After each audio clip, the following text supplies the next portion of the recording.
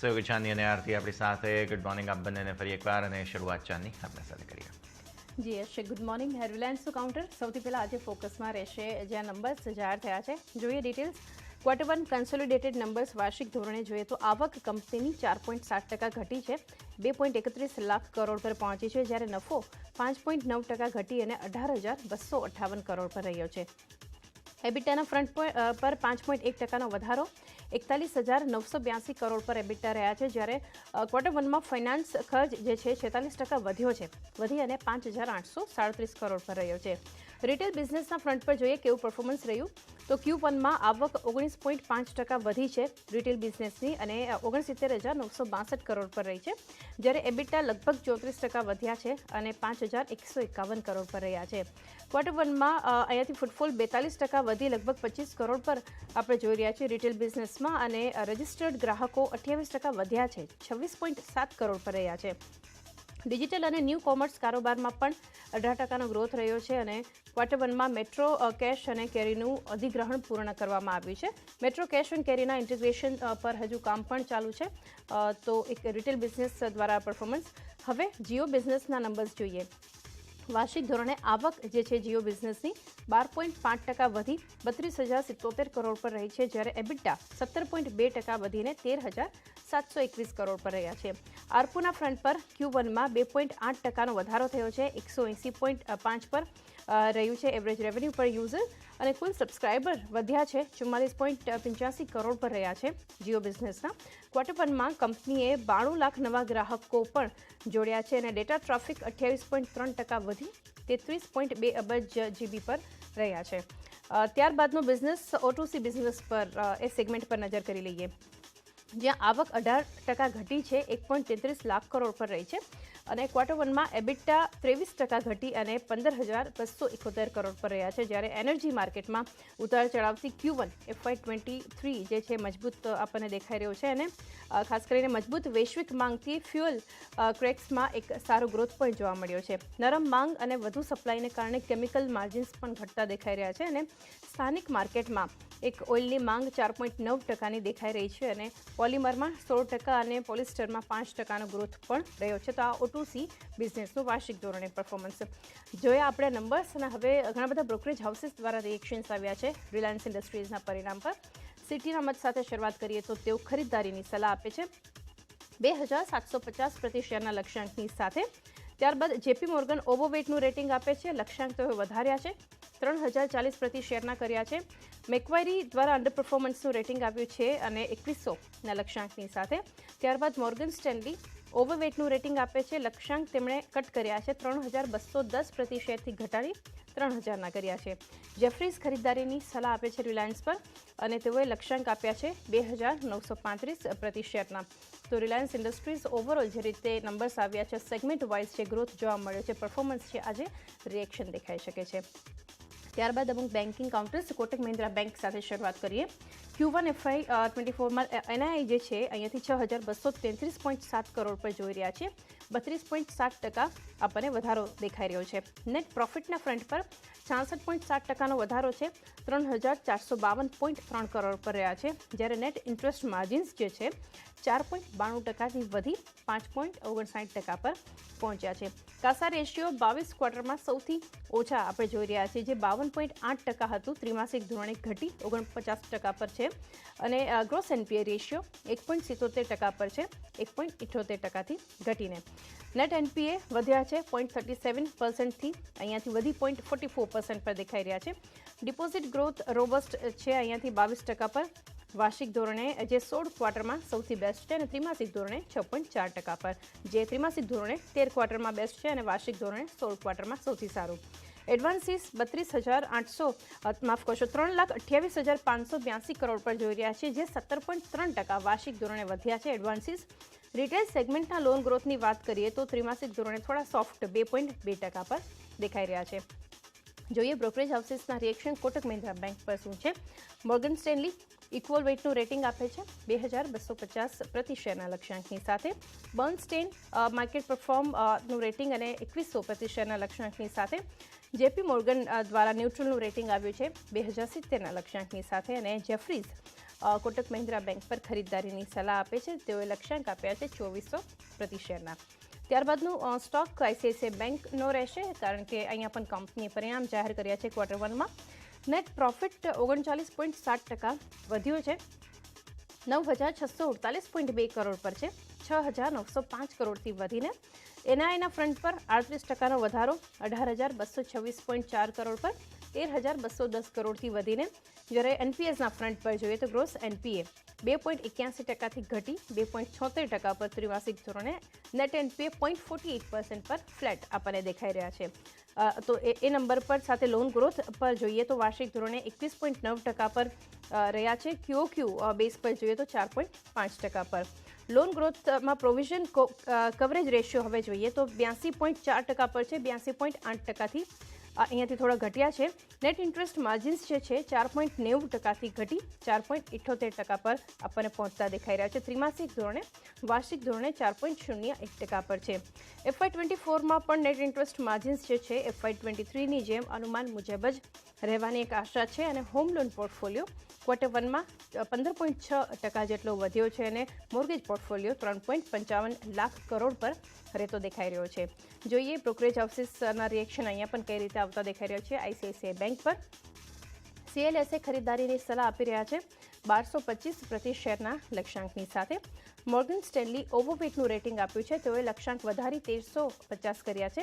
બર્નસ્ટેન market પરફોર્મના rating સાથે 1050ના rating આપ્યા છે આઈસીઆઈસીઆઈ બેંક પર. જેપી મોર્ગન ઓવરવેટનું રેટિંગ આપે છે 1150ના લક્ષ્યાંકની સાથે. અને જેફરીઝ દ્વારા ખરીદારીની સલાહ આપી છે અને તેઓએ બેંક પર 1240 પ્રતિ શેરના લક્ષ્યાંક આપ્યા છે.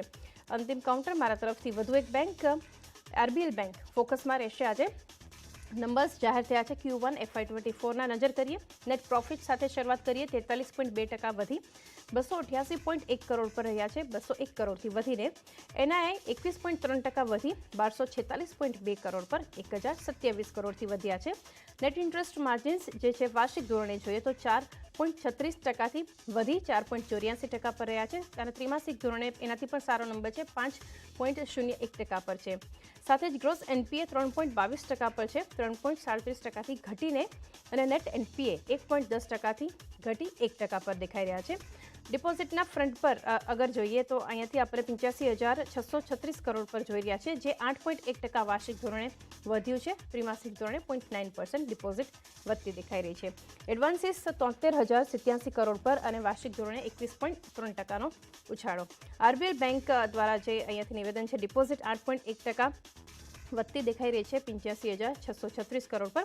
તો આ રીતે જે નંબર્સ આપણે જોઈ રહ્યા છીએ. બેન્કિંગ કાઉન્ટર પણ આર્થિક ફોકસમાં રહેશે. રિલાયન્સ ઇન્ડસ્ટ્રીઝ ખાસ ફોકસમાં, કારણ કે નંબર્સ અને બિઝનેસ સેગમેન્ટ વાઇઝ જે રીતે પરફોર્મન્સ છે. અન્ય કયા સ્ટોક છે ફોકસમાં? જે ચાંદની અન્ના ઘણા બધા સ્ટોક છે, ખાસ કરીને જેમાં રિએક્શન આવતા દેખાયા છે.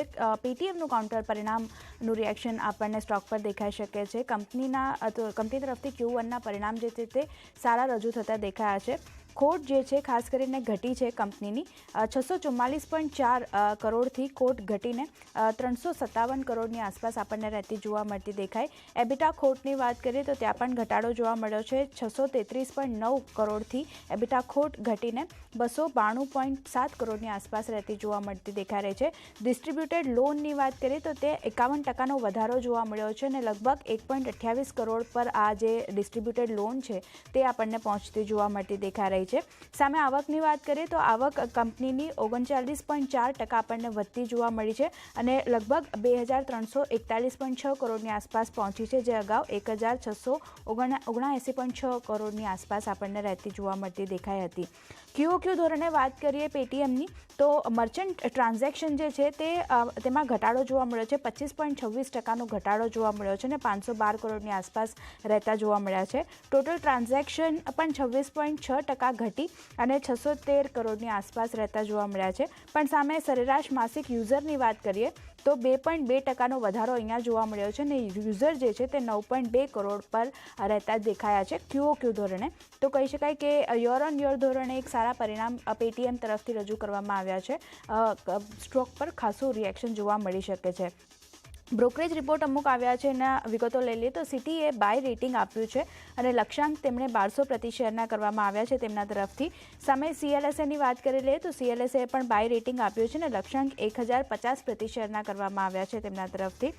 ખાસ કરીને તેમનું માનવું છે કે ગ્રોથ જે છે બિઝનેસ ગ્રોથ જે છે તે હવે હેલ્ધી દેખાઈ રહ્યો છે, તો બાય રેટિંગ CLSA તરફથી પણ આપવામાં આવ્યું છે અને સિટી પણ બાય રેટિંગ આપી રહ્યું છે.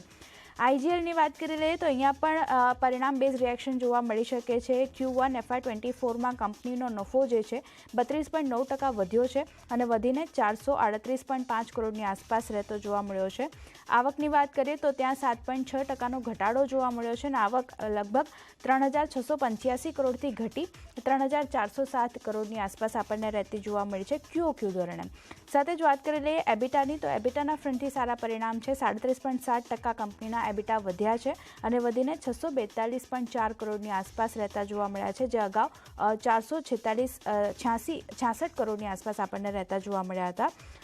માર્જિનની વાત કરીએ તો માર્જિન જે છે થોડા ઘણા સુધરતા જોવા મળ્યા છે. 12.6% હતા તેની સામે સુધરીને 18.9% માર્જિન રહેતા જોવા મળ્યા છે. અનુમાન 19.9%નું હતું, એટલે અનુમાન કરતાં માર્જિન ઓછા છે, પણ આમ થોડો સુધારો આપણને માર્જિન પર આવતો દેખાયો છે. તો IGL તરફથી પણ એક પરિણામ જે છે તે આપણને મિશ્ર રહેતા જોવા મળ્યા છે. કંપનીનો નફો વધ્યો છે, આવક થોડી ઘણી ઘટતી દેખાઈ રહી છે. બ્રોકરેજ રિપોર્ટની વાત કરી લઈએ IGL પર તો સિટીનો રિપોર્ટ આવ્યો છે. બાય રેટિંગ તેમના તરફથી આપવામાં આવ્યું છે અને 560 પ્રતિ શેરના લક્ષ્ય તેમના કરવામાં આવ્યા છે તેમના તરફથી. સાથે જ જેફરીઝની વાત કરીએ તેમણે પણ બાય રેટિંગ આપ્યું છે અને તેમના તરફથી લક્ષ્યાંક 565 બનતા દેખાઈ રહ્યા છે. અને CLSAની વાત કરી લઈએ તો તેમણે પણ જે બાય રેટિંગ છે તે આપ્યું છે અને લક્ષ્યાંક તેમણે 600 પ્રતિ શેરના કરવામાં આવ્યા છે. આ બધા બ્રોકરેજ રિપોર્ટ છે. તેમનું માનવું છે કે ખાસ કરીને કંપનીનું પ્રદર્શન હવે આગળ જતાં વધુ સારું સુધરતું જોવા મળશે અને વોલ્યુમ ખાસ કરીને આપણને વધતા જોવા મળશે, તો બાય રેટિંગ આપવામાં આવતું દેખાયું છે. IGL પર ફોકસ રહેશે. EU સ્મોલ ફાઇનાન્સ બેંકની વાત કરી લઈએ તો અહીંયા પણ જે પરિણામ આવ્યા છે કંપનીના નફો 44.4% વધ્યો છે અને વધીને 386.9 કરોડની આસપાસ રહેતો જોવા મળે છે, જે અગાઉ 267.9 કરોડની આસપાસ હતો. NIIની વાત કરીએ તો ત્યાં પણ વધારો જોવા મળ્યો છે. 27.7% કંપનીના NII વધ્યા છે, 1264.2 કરોડની આસપાસ પહોંચતા દેખાયા છે. સાથે જ ગ્રોસ NPAની વાત કરીએ તો અહીંયા ગ્રોસ NPA જે છે તેમાં પણ વધારો જોવા મળ્યો છે.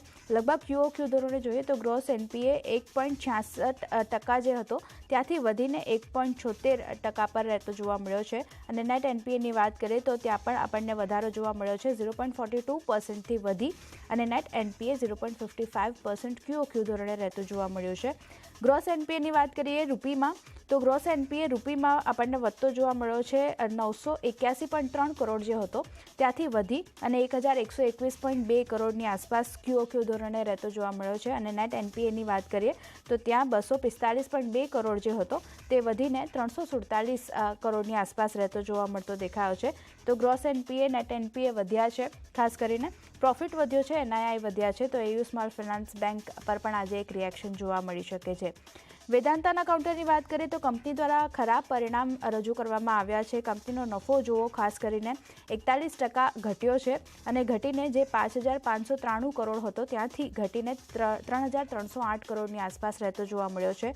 કુલ આવકની વાત કરીએ તો ત્યાં પણ 12.7%નો ઘટાડો જોવા મળ્યો છે.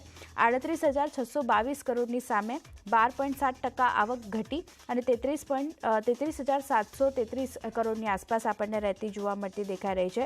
એબિટાના ફ્રન્ટથી નબળા પરિણામ છે. 37% એબિટા કંપનીના ઘટ્યા છે. 10,197 કરોડ જે હતા ત્યાંથી ઘટી અને 6,420 કરોડની આસપાસ એબિટા રહેતા જોવા મળ્યા છે. અને માર્જિન જે 26.40% પર હતા ત્યાંથી ઘટી અને 19.03% પર આપણને રહેતા જોવા મળતા દેખાઈ રહ્યા છે. તો એક નબળા પરિણામ કહી શકાય કંપની તરફથી રજૂ થયા છે.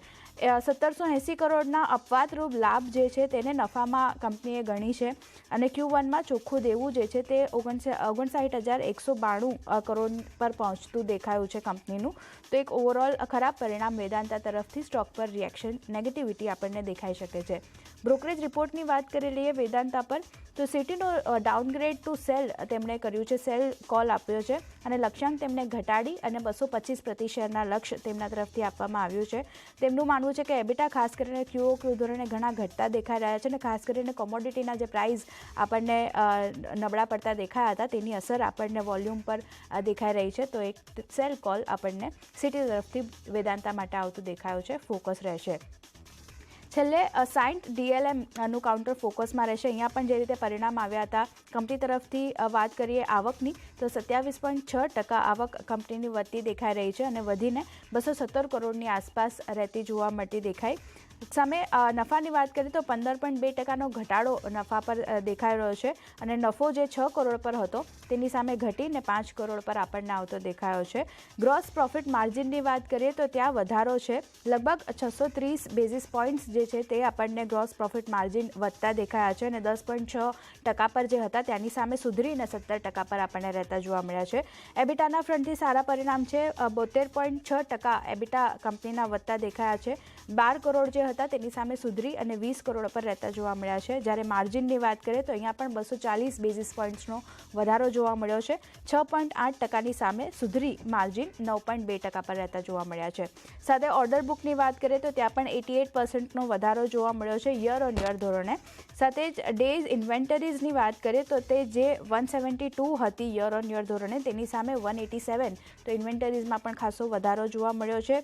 એરોસ્પેસ અને ડિફેન્સની વાત કરીએ તો ત્યાં જે વધારો છે તે લગભગ 22% અને 12%, એટલે એરોસ્પેસમાં જે ગ્રોથ છે તે 22% રહ્યો છે અને ડિફેન્સમાં ગ્રોથ જે છે તે 12% આપણને રહેતો જોવા મળ્યો છે. અને એક્સપોર્ટ બિઝનેસની વાત કરીએ તો તે થોડો ઘણો મિક્સ રહેતો જોવા મળ્યો છે, પણ 69% પર આપણને રહેતો જોવા દેખાયો છે એક્સપોર્ટ બિઝનેસ. તો ખાસ કરીને કહી શકાય કે એક મજબૂત પરિણામ સાઇન્ટ DLM તરફથી પણ દેખાયા છે. તો યશ આ બધા સ્ટોક છે જેના પર ખાસ ફોકસ રહેશે.